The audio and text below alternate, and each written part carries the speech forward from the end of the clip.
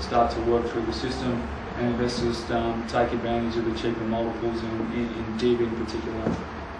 But that is not at the moment. I think the first Gulf and NBAD are also attractive from the yield point of view, so they both should pay a cash yield of around 3% in the upcoming reporting season. So in terms of the valuation of the overall markets, DFM is trading on a PE of 7.9 times and a price to book of 0.7. So if we look at our comparative market set here, the DFM is far cheaper than the other markets, which is a function of having greater risks, but also in a way opens up the investment opportunity in that investors always look at markets that have been hit around the head and are looking cheap. And I think if we went back to our volume graph, we'd see that at every point last year investors tried to take advantage of these markets but were disappointed. At some stage all the bad news will be out there and the indices will rise. The markets here are still trading well below the 2008 high, so DFM index is over 70% below where it was in 2008. So as a technical man will tell you, there is some appreciation based on that because we have been to those levels in the past. So what are our preferred exposures? And you would read on a daily basis if you're a client, or you will read going forward if you're a potential client. I think that the key investment themes for you as investors this year and for us on your behalf is to stick with the strong cash generating stocks and also with stocks with a regional exposure rather than just a device specific exposure. There are some brilliant companies listed on these exchanges that unfortunately have been tarred with perhaps the Dubai brush and have been put aside as too risky. DP World would be one of them, and remember they've just announced a dual listing on the London Stock Exchange. As a result, the share price has appreciated strongly because investors are betting on increased liquidity and also less of the Dubai tag on the stock. In terms of the cash flow argument, I mean, cash is the lifeblood of a company. It really does improve their ability to pay dividends to shareholders, and obviously is reflective of strong earnings growth, a good business model, and in a lot of cases good management. So the key companies here are really Agfia, Aramex, Air Arabia, DFM is also a very good cash generating exchange. The Abu Dhabi banks are really the key exposures there. In terms of regional exposure, Arab Tech is certainly falls in that basket, as does Dana Gas. We spoke before about the gas thematic. There's huge gas reserves. It's just tied up with MOL and OMV over the last 6 months, looking at piping gas out of Kurdistan and potentially into the Nabucco pipeline, which is a very long-term project. But Dana Gas has substantial gas reserves coming into production to a gas-fired power station in Iraq and also in the Egyptian area as well. So earnings are forecast to increase significantly this year. Do and Edi Salat as good defensive plays on the telco industry. You speak to any investor elsewhere in the world and they'll tell you there's only one thing better than a duopoly, and that's a monopoly. I mean, these guys have got a duopoly on the market here. Population growth stabilises, and we do get some business confidence coming back into the region. That'll be very good for these two stocks. Eldar is an interesting one this year.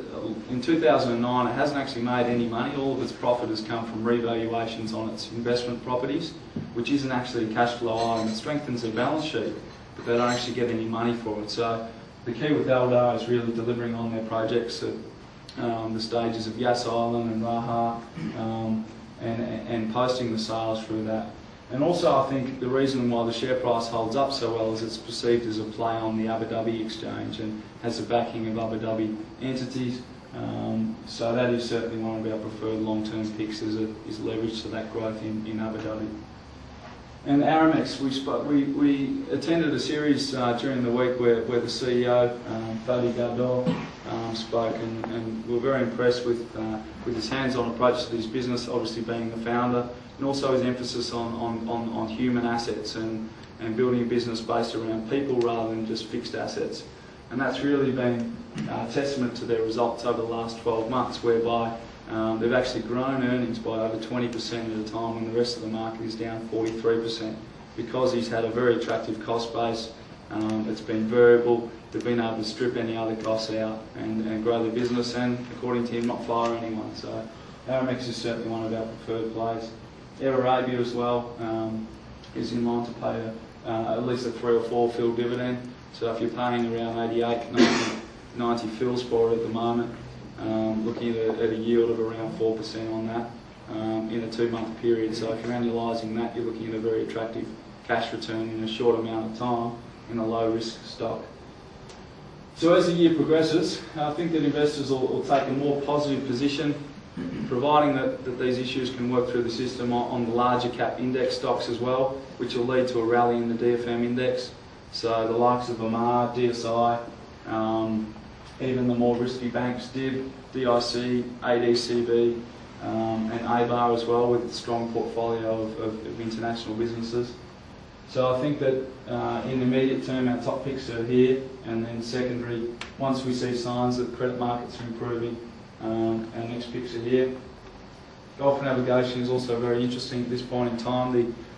The rates on a Saudi to Japan journey for a large bulk tanker have actually increased over the last week with what's going on in Europe, but also the oversupply in shipping will work through the system over the next 3 to 6 months.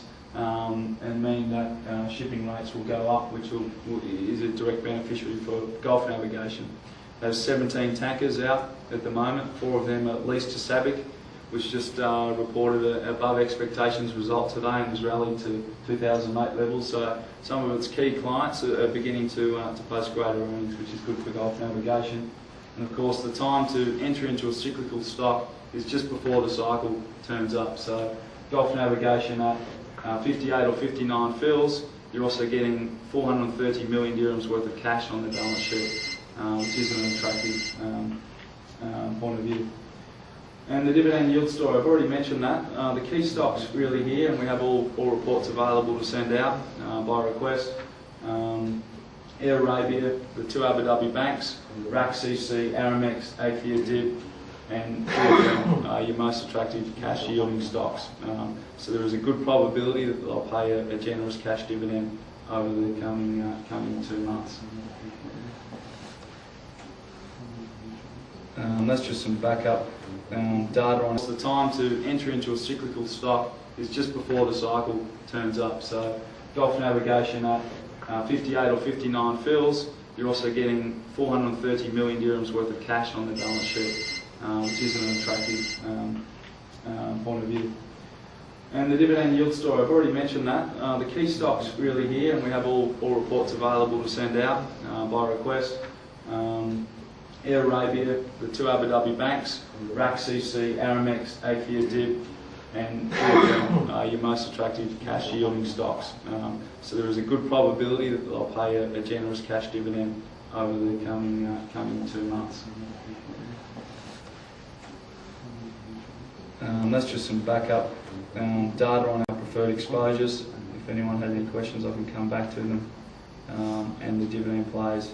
So what's our outlook? Okay, there's low valuation multiples. Yes, there's a lot of risk in the market. We spoke about the assumptions that we use for our valuations due to the risks. Second half, some support. The reason why it's second half, I mean, I'm not just picking that out. I think that these kind of issues take at least 6 months to work through the system and become out in the open. Price to earnings and price to book ratios are low. Some stabilisation in net profits this year. Everyone's forecasting 20% up. Even if it's 10% up, it's still earnings growth, which gives us as investors confidence that the stock prices will go up. The credit issues are outstanding, and I think DFM index 2,100 by the end of the year is entirely reasonable, provisioned on a second half rally.